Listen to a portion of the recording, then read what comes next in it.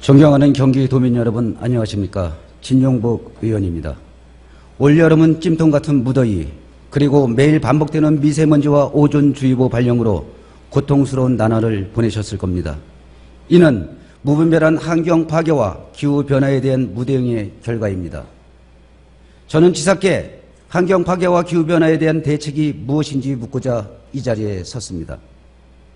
경기도가 지난 5월 조사한 2017년 예산 중점 투자 부분에 대한 선호도 결과를 살펴보면 총 9개 분야 중 환경 분야를 선호하는 응답자가 4번째로 많은 것으로 나타났으며, 이는 생활 인프라와 관련된 교통건설, 도시주택 분야보다 높은 수치로 조사되었습니다. 이러한 도민의 요구와는 달리 경기도의 환경 관련 예산은 어떻습니까?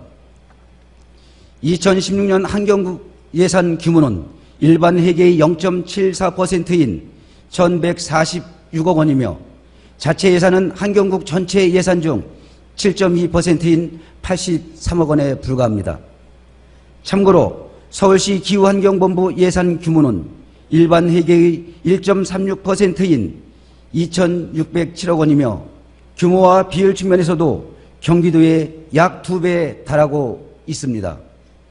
환경복지란 모든 사람이 깨끗한 환경을 누리면서 삶의 질을 보장받는 것을 의미하며 자연, 자원과 생태계는 건강과 삶의 질을 지탱할 수 있는 보편적 복지의 필수적인 요소입니다. 지사님, 다양한 환경 문제를 해결하고 도민의 삶의 질을 높이기 위한 환경의 중요성은 아무리 강조해도 지나치지 않습니다.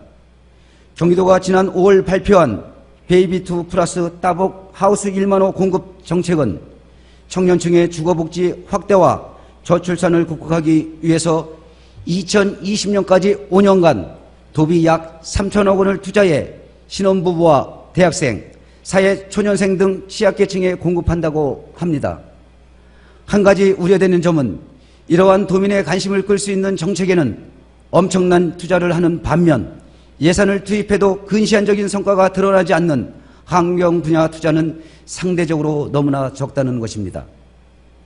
그동안 경기도는 신도시 건설과 택지 개발, 제조시설 증가 등으로 다양한 환경 문제가 발생하고 있으며 특히 경기도 미세먼지 발생 농도는 전국 최고 수준입니다. 그러나 경기도의 실정은 어떻습니까? 아직까지 미세먼지가 중국에서 오는 것인지, 도내에서 발생하는지, 어떤 성분으로 구성되어 있는지 세부적으로 분석할 수 있는 미세먼지 성분 분석 시스템조차 없습니다. 당장 지금부터 미세먼지 저감을 위한 대대적인 투자가 필요합니다. 우선 성분 농도 분석 시스템을 구축하고 사업장 미세먼지 방지 시설도 확충해야 하며 친환경차 보급과 함께 어려운 서민을 위한 항사 마스크 보급 사업도 시작해야 합니다. 2016년 환경국 자체 사업 예산 83억 원으로는 미세먼지 정책 하나 제대로 할 수 없습니다. 제가 앞서 드린 사업을 제대로 하려면 매년 200억 이상 투자해야 한다고 전문가들은 지적합니다. 기후변화에 따른 자연재해와 인체에 심각한 영향을 초래하는 미세먼지와 같은 환경 문제는 언제 어떻게 발생할지 예측하는 일이 힘들다는 것을 지사께서도 잘 알고 계시리라 믿습니다. 이런 불확실성을 최소화하기 위해서는 예산을 투자하여 선제적으로 대응하는 수밖에 없습니다. 현재 경기도가 미세먼지 등과 관련된 위기 상황을 해결하기 위한 환경 분야 예산 확보는 시급히 해결해야 할 우리의 과제입니다. 미국의 전 부통령이자 노벨 평화상을 받은 엘 고어는 그에 져서 불편한 진실에서 환경에 대해서는 많은 사람들이 착각을 한다며 다음과 같이 말합니다.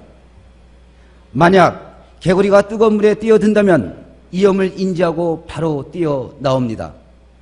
그러나 같은 개구리라도 온도가 서서히 올라가는 미지근한 물에 뛰어든다면 온도가 올라가도 계속 앉아있을 겁니다.